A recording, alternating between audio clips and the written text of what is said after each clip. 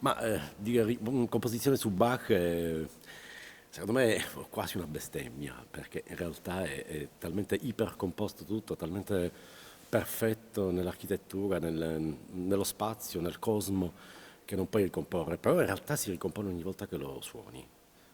Puoi suonare lo stesso pezzo di Bach per tutta la vita, sarà ogni giorno, ogni minuto diverso.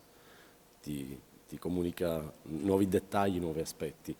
Forse anche molto legato al nostro sentire, al nostro vivere, per cui è una specie di, più che musica, è un meccanismo che ha a che vedere con una serie di cose. Adesso faccio la cosa New Age, è proprio un meccanismo, un dispositivo incredibile. Dire anche la musica di Bach è bella è secondo me assolutamente come dire, va a svilire il valore di quella musica, di quella dimensione, perché è ben oltre, va oltre. E cos'è questo oltre? È un po' come Leonardo da Vinci forse, è la capacità incredibile di avere un istinto scientifico, ma sopra i livelli diciamo, umani, e al tempo stesso riesce a sciogliere tutto in una cellula che emotivamente ti spiazza completamente. Quindi ricomporre significa in realtà adottare un attimino quella che è la prassi che si faceva all'epoca. Lui era un grande improvvisatore, testimonianza del figlio di Carl Philipp Emanuel Bach ne parla, diceva addirittura, raccontava dello sguardo di quest'uomo mentre improvvisava, che era posseduto da qualcosa. E, e quindi questa è una forma di composizione estemporanea che lui utilizzava. Nei maggior parte dei componimenti barocchi, quello che è scritto in notazione, che oggi noi suoniamo, secondo me, secondo tutti, secondo la prassi dell'epoca, rappresenterebbe un 50, 60 o 40, dipende per cento delle note da eseguire. Tutto il resto è dato al gusto dell'interprete, alle ornamentazioni, alle improvvisazioni, alle cadenze, alle fermate. La riscrittura mia in realtà è laddove ci sono queste aree, diciamo, libere. E quindi ho scritto una piccola cadenza che fa da ponte su due accordi che lui pone tra il primo e il secondo movimento del Brandeburghese numero 3. Ci sarebbe sono due misure sospese di adagio, è una sospensione armonica che potrebbe anche, che lascia in sospeso l'ingresso dell'ultimo movimento, del secondo movimento.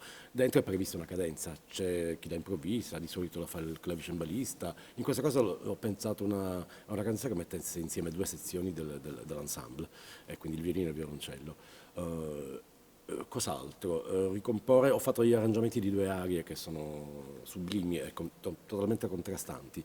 Ehm, e ovviamente c'è questo, come dire, il misticismo di Bach, che è impenetrabile, intoccabile, altissimo, oppure umanissimo, di uno che ha i figli, che vive, che non so, probabilmente è bellissimo perché vedi un uomo che è altissimo e poi magari va anche, pensa anche al pane. Quindi ricomporre per me in questo caso è non neanche toccare le note, ma ricontestualizzarle o, o- o aprire un'altra finestra che in realtà la vedi aperta, socchiusa o comunque, e quindi è una via d'accesso, perché la musica di Bach ti consente a chi la suona di sentirsi presente in quella musica, cioè di avere no, è fantastico, c'è un GPS dell'anima incredibile, sì, ma è un luogo che ti regala tantissimo. Il solo fatto di esserci, anche fare una prova, anche starci solo 5 secondi e respirare questo clima, questa luce, questa magia. È un luogo magico, cosa posso dire di un luogo magico? Te ne torni a casa e ci pensi per molto tempo, poi te lo dimentichi e poi ti chiamano per un altro concerto. E ritorna ti infiamma anche un po' questa cosa. È bello, ma è molto gentile, è perfetto, è stupendo. Mi piace anche il suono che arriva, non so cosa, però sento che c'è questa cosa, ma secondo me siamo anche noi, che ci stiamo bene, allora sentiamo che il suono, no? Non so, poi grazie al festival che mi ha invitato, alla seconda volta, insomma, a distanza di 2 anni. Sì, sì. Ma Bach è un progetto Bach che continua da anni, questo è il quarto anno, e avevamo fatto per 3 anni l'integrale delle sonate partite per violino solo e delle suite per violoncello solo con Mario Brunello, le abbiamo suonate, raccontate in tantissimi modi. E Bach, come diceva Giovanni, non ci abbandona e non si abbandona mai, per cui rinunciarci è praticamente impossibile. E gli spunti di riflessione, le possibilità di creare, di inventare sono incredibili, continuano a cambiare di momento in momento, e quindi il progetto Bach ha continuato con Dante Bach, che abbiamo fatto 2 sere fa, questa sera con lui e con le sue invenzioni che si sommano a quelle di questo grandissimo, per cui insomma è un viaggio che è sempre in compagnia, ecco.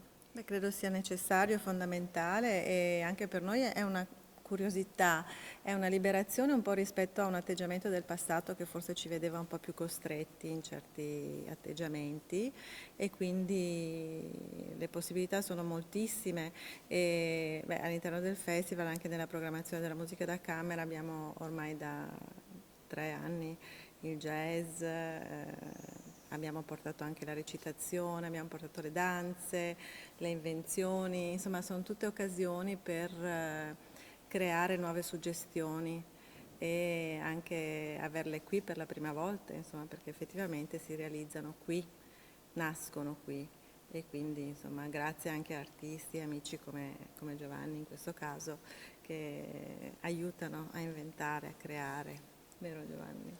Ma sì, è una formula ideale. Io ci sono dentro fino al collo da Sì, sempre. è vero.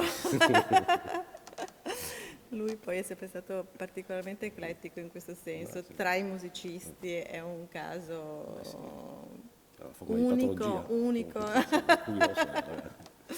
Sì, certamente sì. Beh, ma poi sei siciliano, con tutte le contaminazioni che hai avuto nella Beh, tua storia. no, ci mancano i Maya. Ah, beh, Sì, però. sì, sì, poche altre civiltà, sì.